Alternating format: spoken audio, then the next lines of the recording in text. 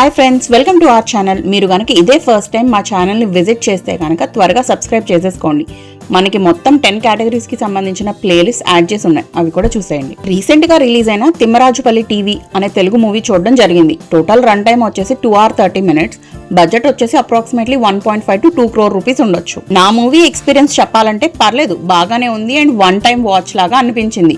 ఎందుకో ఈ వీడియోలో ఎక్స్ప్లెయిన్ చేస్తాను, పాజిటివ్స్ అండ్ నెగిటివ్స్ అన్ని. అసలు ప్లాట్ లైన్ ఏంటి అంటే 1996లో ఒక చిన్న పల్లెటూరు తిమ్మరాజుపల్లిలో జరిగే కథ ఇది.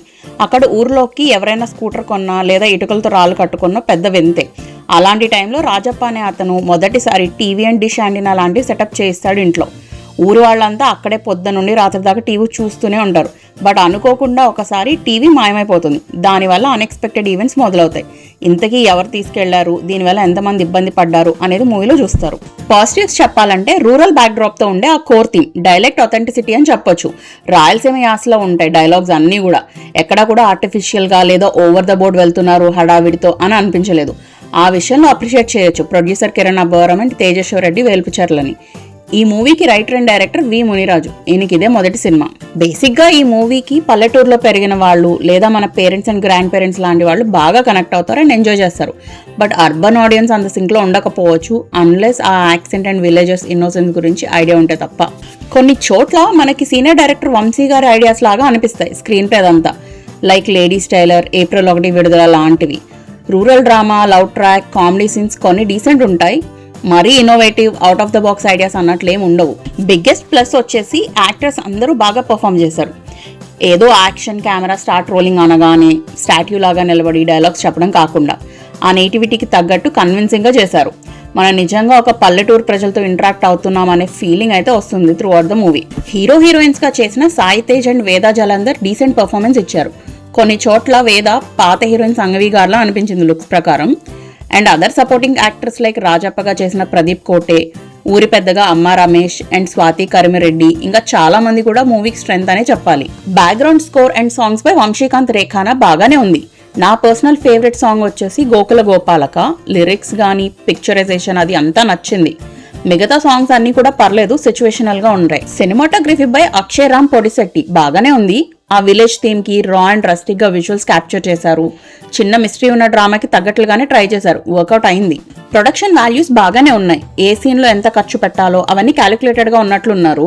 ఆర్టిఫిషియల్ గ్రీన్ మ్యాట్ సీన్స్ లాగా కానీ లేదా స్టోరీకి ఇర్రెలవెంట్ గా చూపించడం లాంటివి అనిపించలేదు, అట్లీస్ట్ నాకు చూస్తున్నప్పుడు. చాలా వరకు రాయలసీమలోనే షూట్ చేశారు అనుకుంటా. 90s నాస్టాల్జియా ఫీలింగ్ అయితే వస్తుంది. మూవీస్ లో చాలా సీనియర్ యాక్టర్ రిఫరెన్స్ అయితే ఉంటాయి, లైక్ చిరంజీవి, బాలకృష్ణ, వెంకటేష్వి. నెగిటివ్స్ చెప్పాలి అంటే మూవీలో కొన్ని చోట్ల పేసింగ్ ఇష్యూస్ ఉన్నాయి అండ్ సమ్ టైమ్స్ ప్రెడిక్టబిలిటీ ఉంటుంది కూడా. ఎడిటర్ గా చేసింది డైరెక్టరే వి మునిరాజు. ఇంకొంచెం ట్రిమ్ చేసి ఉండాల్సింది. ఫస్ట్ హాఫ్ లో చాలా వరకు యాక్చువల్ స్టోరీ లేదా కాన్ఫ్లిక్ట్స్ పాయింట్సే అంతగా ఏముండవు. క్యారెక్టర్స్ అన్ని నెమ్మదిగా ఇంట్రడ్యూస్ చేసుకుంటూ వస్తారు. అండ్ ఆ ఊర్లో జరిగే శివరాత్రి ఉత్సవం అండ్ పర్సనల్ చిన్న గొడవలు ఇలాంటివి మనం చాలా విలేజ్ డ్రామాస్లో చూస్తూనే ఉంటాం. రాదర్ ఆ ఊర్లో ఉండే క్యారెక్టర్స్ని ఇంకొంచెం సీరియస్ ఇష్యూస్ లేదా ఎప్పుడో మనం చూడని టెరిటరీలో ఎక్స్ప్లోర్ చేయాల్సిందేమో. మెయిన్గా ఉండే మిస్టరీ, ఎమోషన్స్ అండ్ ఫ్యామిలీలో గొడవలు లాంటివి అన్ని సెకండ్ హాఫ్లోనే ఇంట్రడ్యూస్ చేస్తారు. హీరో అండ్ హీరోయిన్ క్యారెక్టర్స్కి ఎమోషనల్ పెయిన్ అనేది కానీ, విలేజ్లో ఉండే ego clashes, jealousy, social tensions అవన్నీ అసలు ఆ టీవీని ఎవరు తీసుకెళ్లిపోయారనే ప్రొసీడింగ్స్ అంత డీప్గా ఎక్స్ప్లోర్ చేయలేదు. క్లైమాక్స్ ట్విస్ట్ కొంచెం ఆర్టిఫిషియల్ గా ఉందేంటి అనే ఫీలింగ్ లో ఉంటాం బయటకు వచ్చాక. ఓవరాల్ గా మేకర్స్ యొక్క film making process, attempt and honesty అవన్నీ బాగానే ఉన్నాయి. కానీ యూనిక్ స్టోరీ లైన్ రాసుకొని ఉండొచ్చు. ఎమోషనల్ సైడ్ లేదా థ్రిల్లింగ్ మూమెంట్స్ లాంటివి రెగ్యులర్ టెంప్లెట్ లోనే ఉంటాయి. కొన్ని సీన్స్ మాత్రం adult scenes or bad language ఏమైనా ఉన్నాయా అంటే బూతులు ఉన్నాయి కొన్ని చోట్ల.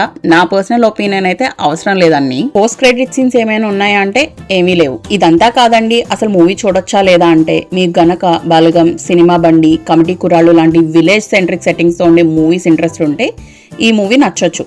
అలా కాకుండా ఇన్నోవేటివ్ స్టోరీ లైన్ ఉండి రేసీ స్క్రీన్ ప్లేతో పవర్ఫుల్ విలేజ్ పాలిటిక్స్ లాంటి మూవీ ఎక్స్పెక్ట్ చేస్తే నచ్చకపోవచ్చు. ఈ వీడియోలో చెప్పిందంతా కేవలం నా మూవీ ఎక్స్పీరియన్స్ మాత్రమే.